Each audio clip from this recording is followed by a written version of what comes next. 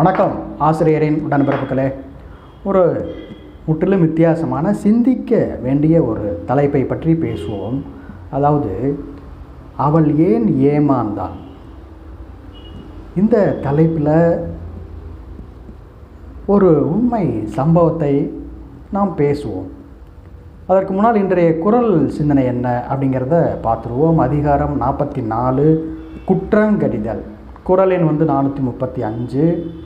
வரு முன்னர் காவாதான் வாழ்க்கை, எரி முன்னர் வைத்தூறு போல கெடும். வருமுன் காக்கணும், ரொம்பவும் கவனக்குறைவாக.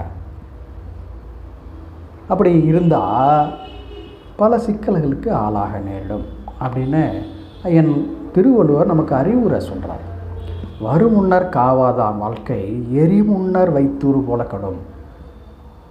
வைக்கோல் போருக்கு பக்கத்தில் தீ மூட்டி குளிர் காய்ந்தால் என்ன ஆகும்?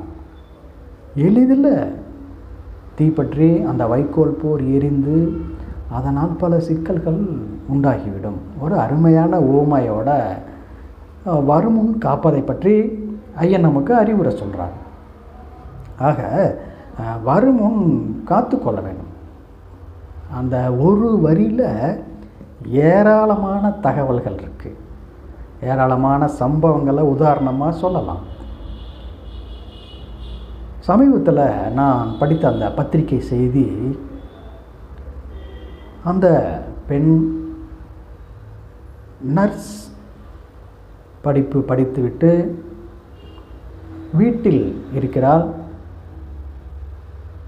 அவளுடைய சகோதரி, அவருக்கு குழந்தை இருக்கிறது, அவரும் பணிக்கு செல்கிறார். இந்த பெண் படித்து முடித்துவிட்டு வீட்டில் தானே சும்மா தானே இருக்கிறாங்க அப்படின்னு சொல்லிட்டு தன்னுடைய வீட்டுக்கு அழைத்து வந்து தன்னுடைய குழந்தையை பார்த்து கொள்ளுமாறு ஒரு வேண்டுகோள் வைக்கிறார். சரி என்று அந்த பெண்ணும் அவளுடைய அக்கா வீட்டில் அந்த குழந்தையை பார்த்துக்கிட்டு இருக்கிறான். அக்கா வீட்டுக்கு பக்கத்தில் ஒரு புதிய கட்டிட பணி நடக்குது. அந்த கட்டிட பணியில் ஒரு பையன் கொத்தனார் வேலை பார்க்குறான். அப்படி இரண்டு பேருக்கும் இடையில் நட்பு. அப்படி ஒரு சூழ்நிலை உருவாகுது, நட்பு உருவாகுது. நட்பு உருவாகிறது அப்படிங்கிறது ஒன்றும் பெரிய தவறு கிடையாது. ஆனால் அதை ஒரு எல்லைக்குள்ளே வைத்து கொள்ள வேண்டும் அப்படிங்கிறது தான் இந்த நேரத்தில் நம்ம சிந்திக்கிறோம். அந்த நட்பு நாளடைவில் காதலாக மாறுகிறது.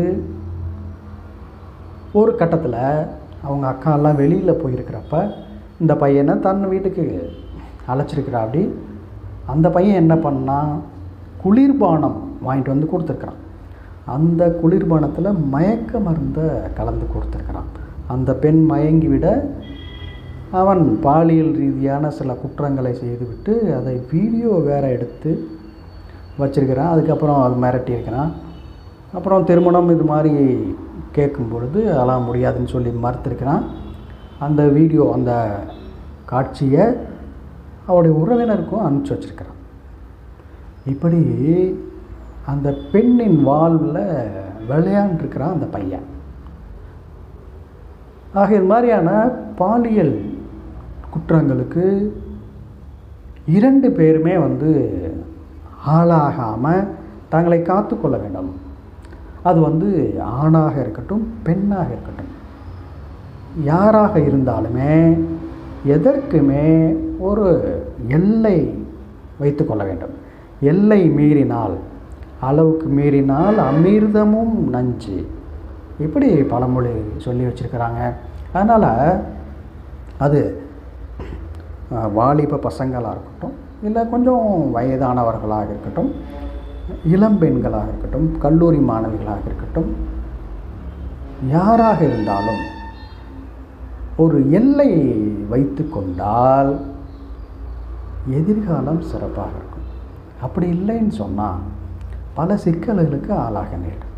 இப்போ அதுபோல் ஒரு சம்பவம், இன்னொரு சம்பவம், அதுவும் இதை நர்ஸு, அந்த செவிலியர் பணி செய்கிறாங்க. அவங்களுக்கு 3 குழந்தை இருக்குது.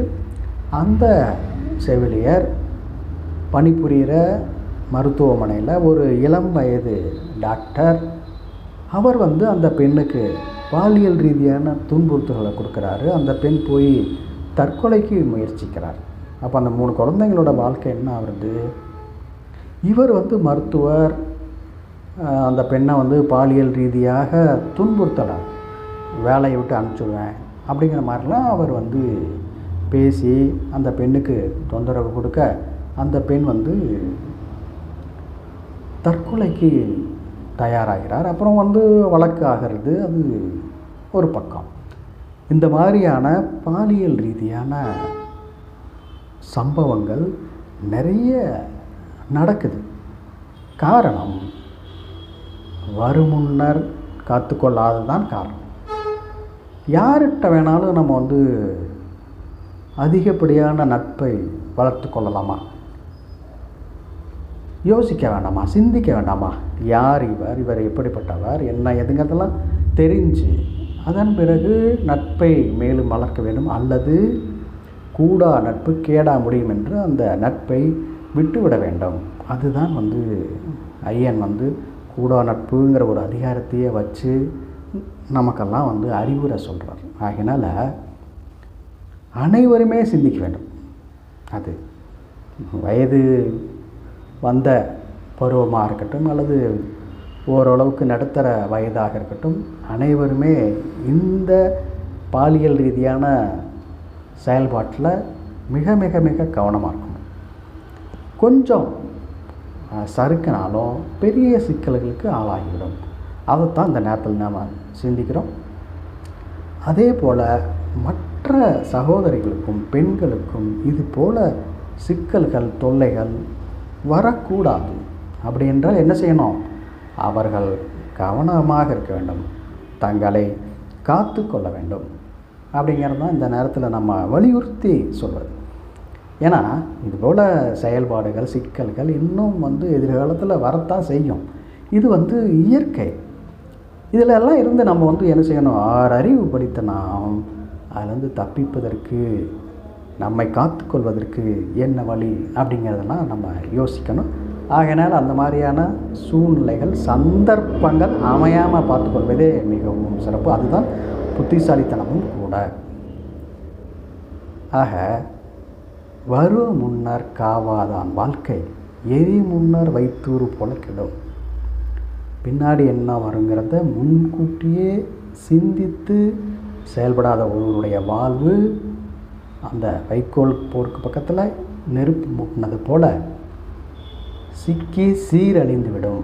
அப்படிங்கிறது தான் இந்த நேரத்தில் நம்ம சிந்திக்கிறோம். இந்த அருமையான குரல் சிந்தனைகள் சம்பவங்கள் உங்களுக்கு ஓரளவுக்கு சிந்திக்க வைத்திருக்கும் என்று நான் நம்புகிறேன். இதுபோல் ஏராளமான தகவலுக்கு ஆசிரியர் நவுல்சாமி யூடியூப் சேனலை இதுவரைக்கும் சப்ஸ்கிரைப் பண்ணாதவங்க சப்ஸ்கிரைப் பண்ணுங்கள், லைக் பண்ணுங்கள், ஷேர் பண்ணுங்கள், உங்களுடைய கருத்தை சொல்லுங்கள், கமெண்ட் பண்ணுங்கள். மானமும் அறிவும் மனிதருக்கு அழகு. நன்றி, வணக்கம்.